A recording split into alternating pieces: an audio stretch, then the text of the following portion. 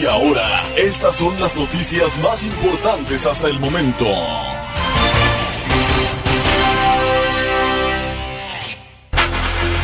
Hola, ¿qué tal? Bienvenidos. Estamos ya con nuestro resumen de noticias en este miércoles, atravesando ya la mitad de la semana, 30 de octubre de 2024, y estamos transmitiendo desde el sureste de la República Mexicana, San Cristóbal de las Casas, Chiapas, a través de logosradio.com.mx y a través de Mágica FM 98.7.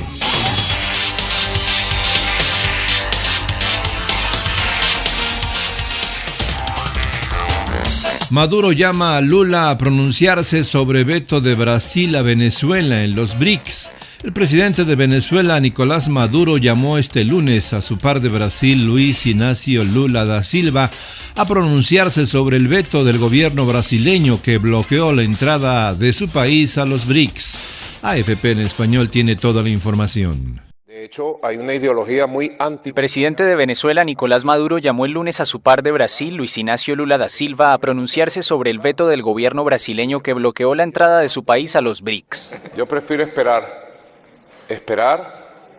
a que Lula observe, esté bien informado de los acontecimientos y él, como jefe de Estado en su momento, diga lo que tiene que decir.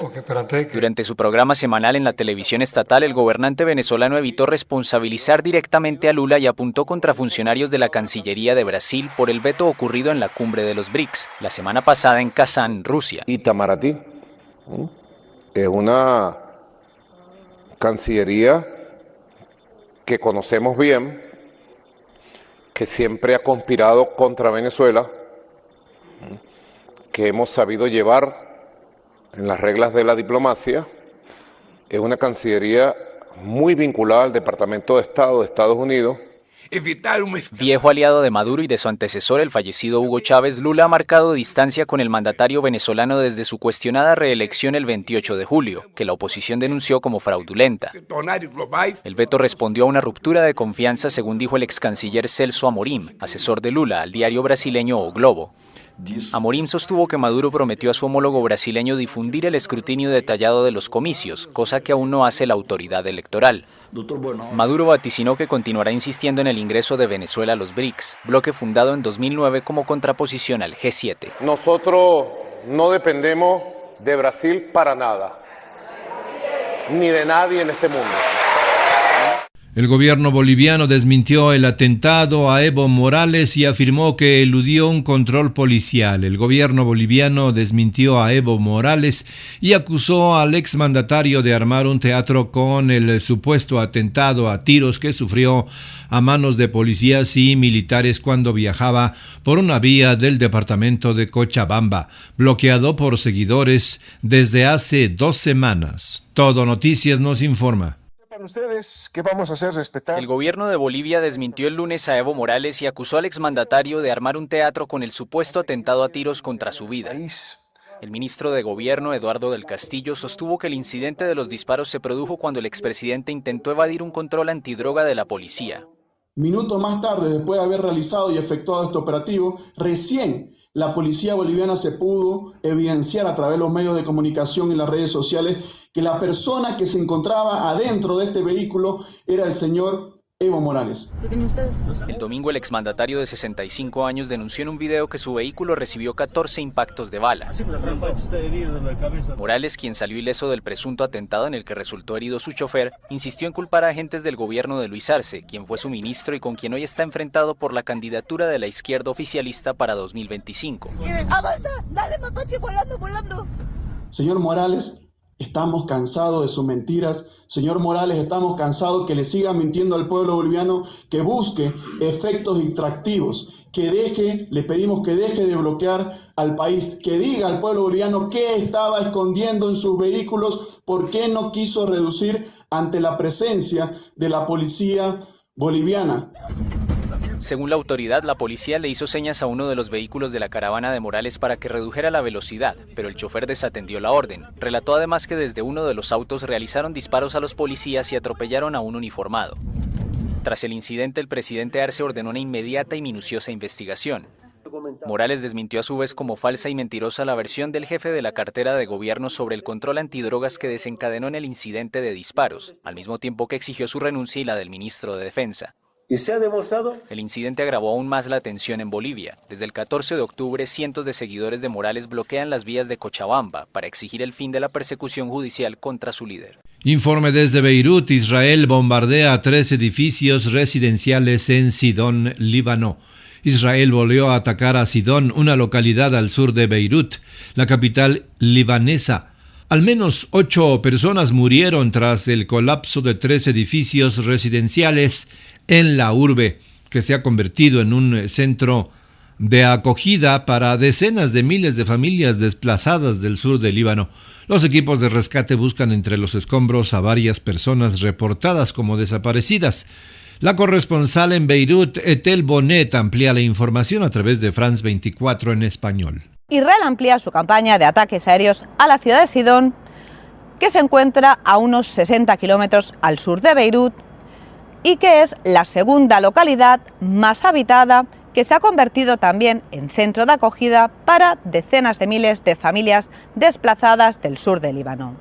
Aviones israelíes han bombardeado un complejo residencial en el barrio de Haret Saida, donde se han destruido 3 edificios residenciales que han causado la muerte de al menos una decena de personas y otras 20 han resultado heridas, aunque todavía podría aumentar el número de víctimas mortales, ya que continúan las labores de rescate. Este ha sido el segundo ataque en menos de 3 días en este barrio, donde el domingo, en otro bombardeo israelí contra un edificio, murieron otras 8 personas y 10 resultaron heridas. Aviones israelíes también han bombardeado en el sur del Líbano y en uno de estos ataques contra la localidad de Nabatille ha sido destruido completamente el campo de fútbol. Hezbollah ha reivindicado varios ataques contra tropas israelíes que intentan penetrar por la frontera en la región de Hiam. Los combates fronterizos están poniendo en peligro la misión de la ONU, donde hay varios puestos de control de las tropas de cascos azules en la frontera, y esta tarde un proyectil ha caído dentro del cuartel general de Naqoura, donde ha provocado incendio en un vehículo militar y también ha herido levemente a 8 cascos azules. Nacionales. En información nacional, no pagamos impuestos para que nos maten. Estalla Salinas Pliego por asesinato de empleado. El empresario Ricardo Salinas Pliego explotó contra el gobierno tras el asesinato de un empleado. Gerente de Banco Azteca en Chiapas reclamó la ausencia e incapacidad de gobierno local y federal. El Universal nos informa. El pasado 27 de octubre, el empresario Ricardo Salinas Pliego dio a conocer el asesinato de uno de sus gerentes de Banco Azteca en Copainala, Chiapas. Por medio de la plataforma X, el fundador de Grupo Salinas ofreció apoyo a los familiares del fallecido y lanzó un reclamo para el gobierno federal y estatal. Les ofrezco todo mi apoyo a las familias y quiero hacer un enérgico reclamo contra el gobierno estatal y federal por su brillante ausencia e incapacidad para hacer su única función legal para la cual existen, que es la seguridad del pueblo, del que viven como los parásitos que son. Y no estamos felices. Y no pagamos impuestos para que nos maten y luego salgan con que le van a investigar y con que ya abrieron una carpeta de investigación, expresó. El sábado 26 de octubre se registró un asalto en una sucursal de Banco Azteca situada en la calle Primera Oriente Norte 34A en el municipio de Copainala. Según los primeros informes, un grupo de hombres armados entró al establecimiento y agredió a los empleados. Como consecuencia de este incidente, el gerente del banco, Abraham González Cerón, perdió la vida. Las autoridades llegaron al lugar y confirmaron el fallecimiento de una persona, además de reportar 2 heridos. Embajador Ken Salazar objeta a Gers Manero por caso del Mayo Zambada. El embajador Ken Salazar respondió al fiscal Alejandro Gers Manero tras sus acusaciones en la conferencia mañanera del 29 de octubre, donde aseguró que a 3 meses de la detención de Ismael El Mayo Zambada no han recibido un informe. Ken Salazar asegura que sí han tenido comunicación con la Fiscalía General de la República. El Universal nos cuenta. Ken Salazar, embajador de Estados Unidos en México, aseguró que sí han tenido comunicación con la Fiscalía General de la República sobre el caso de Ismael El Mayo Zambada, luego de que el fiscal Alejandro Gertz Manero dijo que a 3 meses del hecho no han recibido un informe del gobierno estadounidense. El delito se cometió en México. Fue un secuestro y hay una serie de investigaciones sobre los homicidios que se cometieron. ¿Qué es lo que nosotros necesitamos que nos informe el gobierno de los Estados Unidos? Nos ha informado una parte, pero falta otra que es fundamental. A esa persona que fue secuestrada en Culiacán, llegó por avión a una ciudad fronteriza de los Estados Unidos. La entrada de cualquier avión y de cualquier persona están reglamentadas de acuerdo con la ley norteamericana y se tiene que identificar el vehículo, que en este caso es el avión, que traía sus matrículas clonadas.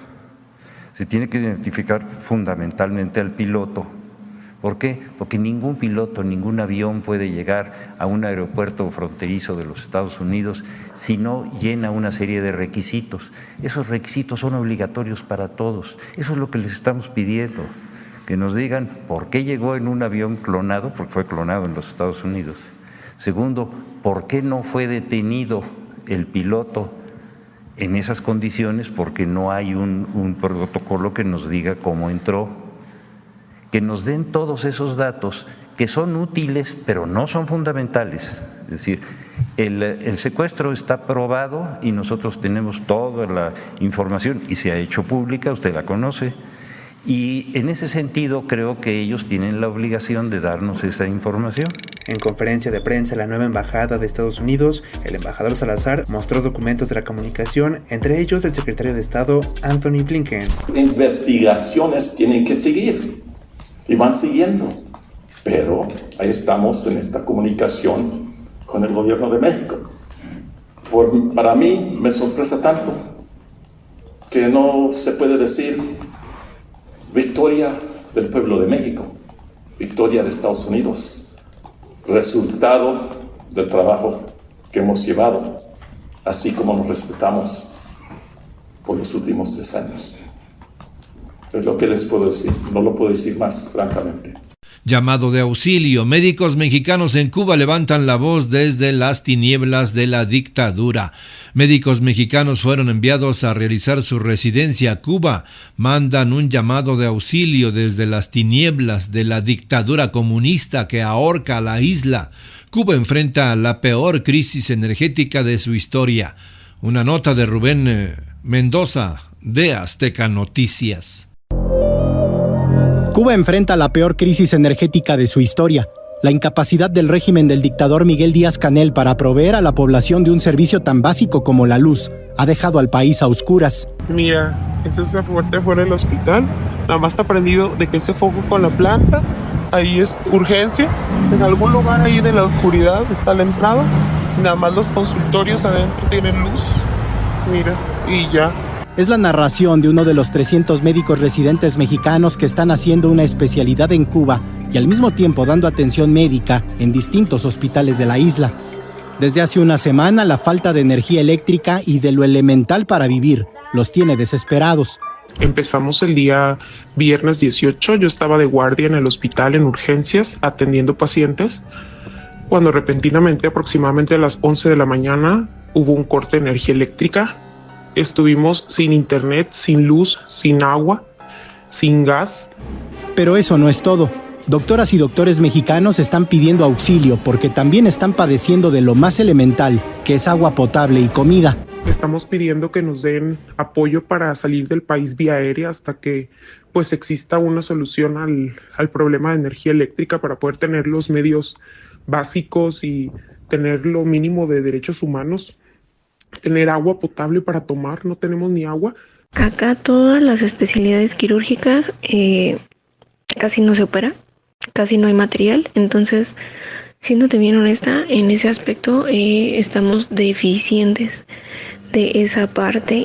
La mayoría del personal de salud mexicano teme denunciar lo que están pasando en Cuba. pues tienen miedo de que el régimen represor de Díaz-Canel pida su salida de la isla al gobierno mexicano y les retiren las becas que con mucho esfuerzo se han ganado. Rubén Mendoza, Fuerza Informativa Azteca. Sheinbaum señala a Ciro Gómez Leiva por columna sobre reforma judicial. Periodista responde. La presidenta Claudia Sheinbaum Pardo señaló a Ciro Gómez Leiva como parte de una campaña en contra de la reforma judicial tras su columna al respecto. Ante esto, el periodista respondió. El Universal nos cuenta. La presidenta Claudia Sheinbaum Pardo señaló al periodista Ciro Gómez Leiva como parte de una campaña en contra de la reforma judicial por un texto que escribió sobre los ministros de la Suprema Corte de Justicia de la Nación. Es parte de esta campaña que hay de personas que están en contra de la reforma al Poder Judicial. Y está bien que haya libertad de expresión. No, qué bueno que diga lo que piensa, porque la gran mayoría del pueblo de México piensa muy distinto. Las últimas encuestas, no he visto alguna en las últimas semanas, pero de las últimas encuestas, un porcentaje mayor del que votó por su servidora, que tuvimos un porcentaje importante de votos, está de acuerdo con que se elijan a jueces, a las y los jueces, magistrados y ministros. Pero además un porcentaje muy alto piensa que hay corrupción en el Poder Judicial. Entonces, qué bueno que se expresen, pero pues es una posición minoritaria. Más allá de entrar en debate con Ciro Gómez Leiva, pues es su posición. Pero, mira, mucha civilidad, así como que mucha civilidad no se ve, ¿no? ¿O cómo? ¿Civilización? Civilización, sí, sí. La última línea. Sí, una civilización pues basada en el régimen de corrupción y privilegios del pasado, ¿no? Esa civilización que muchos todavía defienden.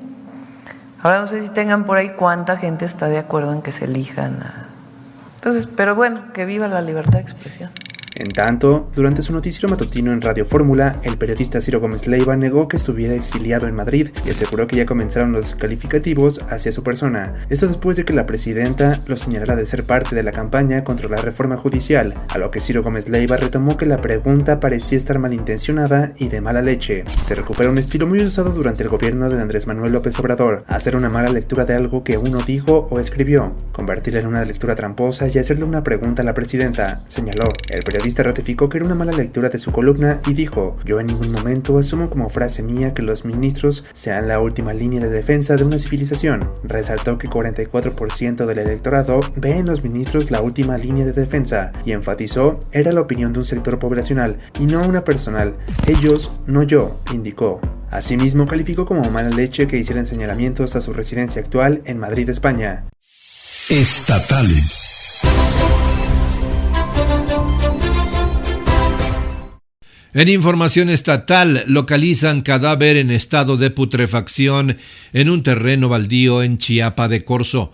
La mañana del martes, mediante un reporte a los números de emergencia, se informó de la localización de un cuerpo en estado de putrefacción en un terreno baldío sobre la vía La Angostura y Tuxtla Gutiérrez. Canal 13 Chiapas nos informa. La mañana de este martes, mediante un reporte a los números de emergencia, se informó de la localización de un cuerpo en estado de putrefacción en un terreno baldío sobre la vía La Angostura, Tuxtla Gutiérrez. El reporte se registró alrededor de las 6 de la mañana, cuando se dio a conocer que se localizó una persona sin vida en un terreno baldío. Ante esta alerta, elementos de seguridad acudieron al lugar para tomar parte de esta situación. De forma extraoficial se informó que el cuerpo presentaba lesiones en todas sus extremidades. Llevaba aproximadamente 3 días por el estado de descomposición. Por ello, elementos de la policía acudieron al lugar para realizar las investigaciones correspondientes. También personal de servicios periciales acudieron al lugar, quienes se presentaron para cumplir con los protocolos de ley. Las autoridades trabajan para identificar a la víctima y esclarecer las circunstancias de este trágico suceso. También se dio a conocer que se trató de un masculino de aproximadamente 30 años de edad de origen centroamericano, el cual presentaba también lesiones visibles en el rostro. En el momento de su localización vestía un pantalón de mezclilla oscuro, tenis, una chamarra y en su espalda colgaba una mochila. Noti 13. rescatan a turista que se había perdido en una montaña de Chiapas. Elementos de Protección Civil rescataron a un turista que se había perdido en una montaña de la reserva del Centro Ecoturístico La Ventana, luego de que intentara interactuar con los monos que habitan en la región. Canal 13 Chiapas tiene la nota. Elementos de Protección Civil rescataron a un turista que se había perdido en una montaña del municipio de Palenque, luego de que intentara interactuar con los monos que habitan en la región. Los hechos ocurrieron en la reserva del Centro Ecoturístico La Venta, donde el mismo turista solicitó apoyo a las autoridades a través de los números de emergencia.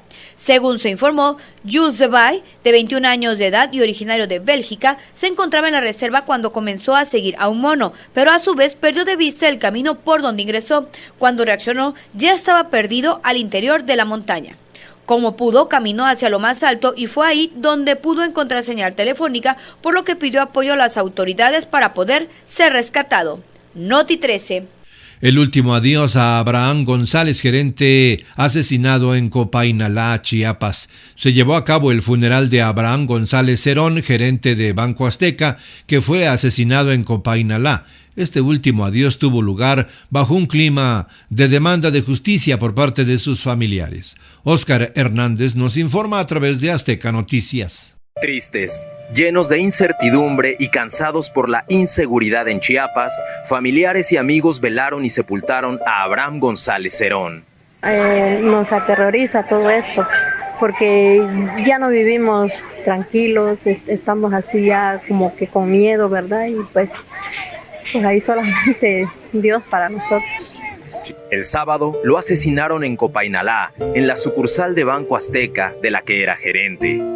Velaron sus restos en el municipio de Tecpatán, donde nació hace 32 años. Tenía 2 hijos, de 12 y 9 años, quienes quedaron en la indefensión. Desgraciadamente, le quitaron la vida. El humano maligno me lo arrebató a mi hijo. Y la verdad, no sé si pedir justicia o esperar la justicia divina. Porque la mera verdad, yo hasta me imagino que pedir justicia terrenal como que no va a funcionar. Porque los malandros aquí es donde andan, pues. Y la mera verdad, no sé, mi hijo, quién fue que realmente que me lo arrebató, yo no lo sé. Lo único que sé es que él salió contento de aquí y me dijo, mamita, y voy a regresar. En su casa, en la colonia Menapac, se colocaron flores, veladoras, fotografías y otras muestras de cariño. Sus padres aseguran que no tenía enemigos y que fue víctima de la ineficacia de las autoridades estatales para garantizar la seguridad. Yo la mera verdad me siento triste por mi hijo, porque es una persona que le ha gustado trabajar y él estaba a gusto en su trabajo. Hemos visto que ya hay muchos ya asaltos y bueno, pues hasta secuestros, pues eso estamos ahorita viendo y ya lamentable porque ya no puede uno salir con seguridad, pues ciertamente. Así es. Él no tenía enemigos no tenía, solamente el bandido acudió por el dinero, por robar el dinero del banco. Es ahí donde él perdió la vida, desgraciadamente. Sí, pues yo lo que pido es que sí se haga justicia, que encuentren a los responsables que le quitaron la vida, porque sinceramente le arrebataron la vida. Era muy joven, era una muy buena persona, muy alegre, siempre le gustaba jugar, relajar, y él realmente amó ese trabajo que lo llevó hasta la muerte. Abraham fue sepultado en el Panteón Municipal. Su homicidio volvió a encender los focos rojos entre los vecinos de Tecpatán y Copainalá, quienes se dicen indefensos ante la ola de violencia e inseguridad que azota varias regiones de Chiapas. Es lamentable todo lo que estamos viviendo aquí en nuestro estado de Chiapas y todo esto que está pasando, pues queremos, la verdad, que se haga justicia.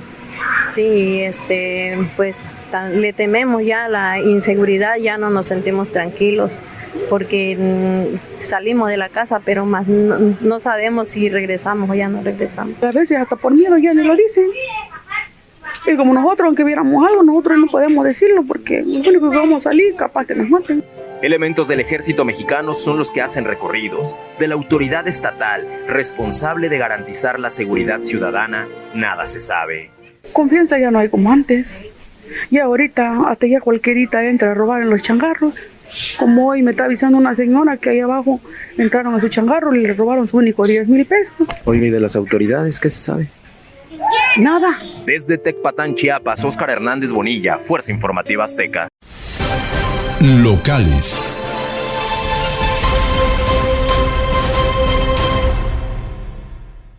En información local, a través de Gilberto Morales, del Heraldo de Chiapas, personas que caminan cerca del Panteón Municipal de San Cristóbal de las Casas han señalado que por las noches se escuchan ruidos, gritos, voces y se han visto personas caminando en los andadores. Sin embargo, hasta la fecha desconocen si se trata de hombres que entran a robar o de alguna sombra que podría pertenecer a los muertos que descansan en el Camposanto.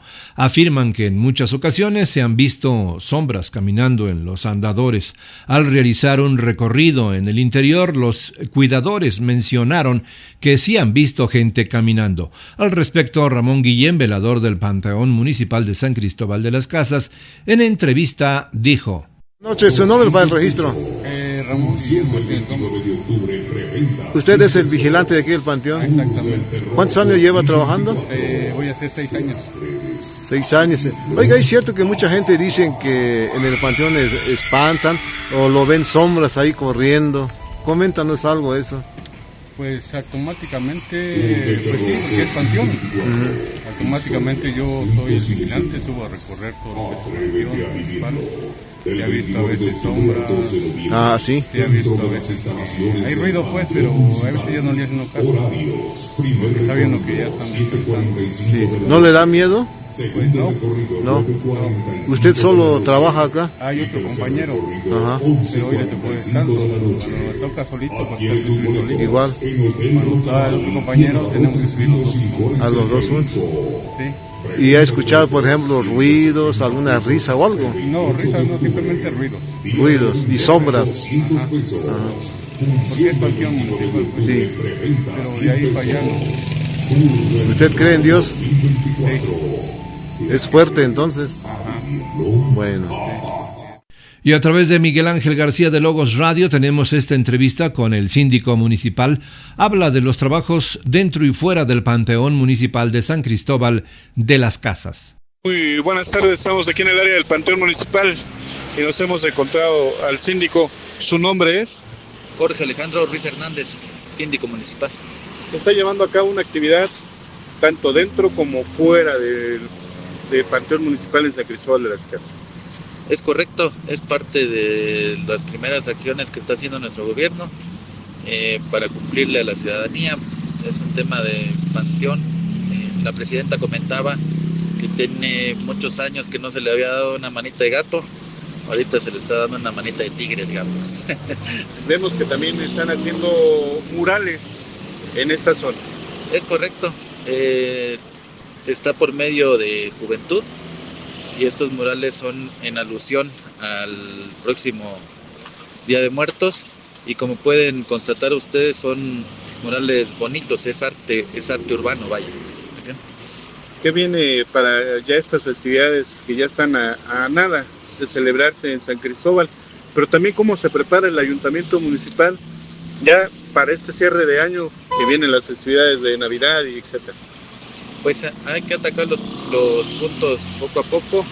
Ahorita tenemos ya incluso hay una cartelera ya de eventos programados para estas festividades, sobre todo trayendo por ejemplo la de Calabacita Tía, que es en un punto para los niños, para los niños de San Cristóbal. Entonces espero que sea todo, que salga todo muy bien, que lo disfrute realmente la ciudadanía coleta, que pues es para ellos, es para todos nosotros. ¿Cómo que recibió la sindicatura actualmente usted? Estamos en el proceso de entrega-recepción, aún estamos en tiempos todavía de hacer observaciones y demás, entonces estamos en trámite. ¿Algún mensaje para todos los que nos están escuchando y viendo? Que se conduzcan con responsabilidad, que tomen las precauciones debidas para que esto sea un festejo en toda la extensión de la palabra. Muchas gracias. Informó Miguel Ángel García. Y en esta otra entrevista de Miguel Ángel García de Logos Radio, es una entrevista con el administrador del Panteón Municipal, licenciado Fernando Trejo Estrada. Habla de cómo se están preparando para las festividades de fieles difuntos. Estamos desde San Cristóbal de las Casas, Chiapas, y ahora nos encontramos caminando aquí en el Panteón Municipal de San Cristóbal de las Casas, y nos hemos encontrado al administrador, el licenciado Fernando Trejo Estrada. Un gusto saludarte, buena tarde. ¿Qué tal? Buenas tardes. Ya a nada de iniciar las festividades principales en el área del Panteón, que es fieles difuntos, Todos Santos y todo lo demás que conlleva estas celebraciones. Así es, ya se acerca el día 1 y 2 de noviembre. Estamos trabajando en el suministro de agua limpia y también en tema también la pintura también de los arcos. También es importante dar a conocer que le están haciendo mantenimiento no solo al panteón en general, como acabas de mencionar, también en cuestión de la basura. Así es, un grupo de chavos de varias universidades nos están apoyando en temática de limpieza de todo el panteón. O sea, nos apoyan en levantar malezas, basura, botellas de PET, y etcétera.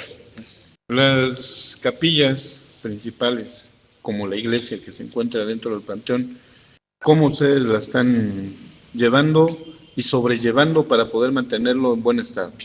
Así es, un grupo de personas nos van a apoyar en el tema de la pintura de la iglesia, dentro y fuera, para tener una buena imagen. Y en cuestión de las demás capillas, que en algunas de ellas hemos visto un tanto cuantos deterioradas por el pasar de los años, pero también porque nunca falta alguien que los maltrate. En este caso, tú como administrador, ¿qué estás haciendo para cuidar esas partes? Pues más que nada, decir a toda la gente que tenga también precaución también con el tema de las tumbas que no estén en mal estado. Pues lo que podemos hacer nosotros es mandar a limpiar y se vean prácticamente mejor. ¿Cuál es la estadística que tú tienes hasta este momento de capillas que existen y fallecidos en este panteón? No tenemos una estadística aproximada, pero sí tenemos un aproximado como de 20,000 difuntos. 20,000 difuntos. ¿Y aún sigue habiendo espacio para seguir enterrando a más personas? Ya no hay espacio, ya. ¿Qué tú sugieres como administrador de este espacio hacer para poder ya no enterrar este espacio, sino en otro espacio? Pues hacer pues llevar a cabo un proyecto para tener otro nuevo panteón. ¿Tienes tú ese proyecto? Así es, ya estamos trabajando también eso. ¿En dónde has visto el terreno que podría factible para poder hacer un nuevo panteón? No hay un terreno que podemos decir, sabes que aquí se va a hacer, pero sí ya tenemos pensado, poco a poco se va viendo dónde va a ser. ¿Cuál sería tu proyecto general? ¿Qué tendría ese nuevo panteón? Pues prácticamente un nuevo panteón pues va a tener espacio, ¿no? Más que nada para que toda la gente tenga también enterrar también sus fieles también difuntos, ¿no? ¿Cómo va el tema del crematorio? Pues con el tema del crematorio aún no se ha resuelto, pero sí ya se está trabajando también ese tema también ya. ¿Algún mensaje para todos los que nos están escuchando y viendo? Sí, a todos los ciudadanos de San Cristóbal que nos apoyen en el pago también en su referendo para que sus fieles difuntos no se les quite su lugar. Muchísimas gracias. Gracias. Informó Miguel Ángel García. Hasta aquí nuestro reporte informativo de esta mañana a través de logosradio.com.mx y a través de Mágica FM. Feliz ombliguito de la semana. Continuamos. Ahora usted está bien informado. Espere nuestro próximo corte informativo.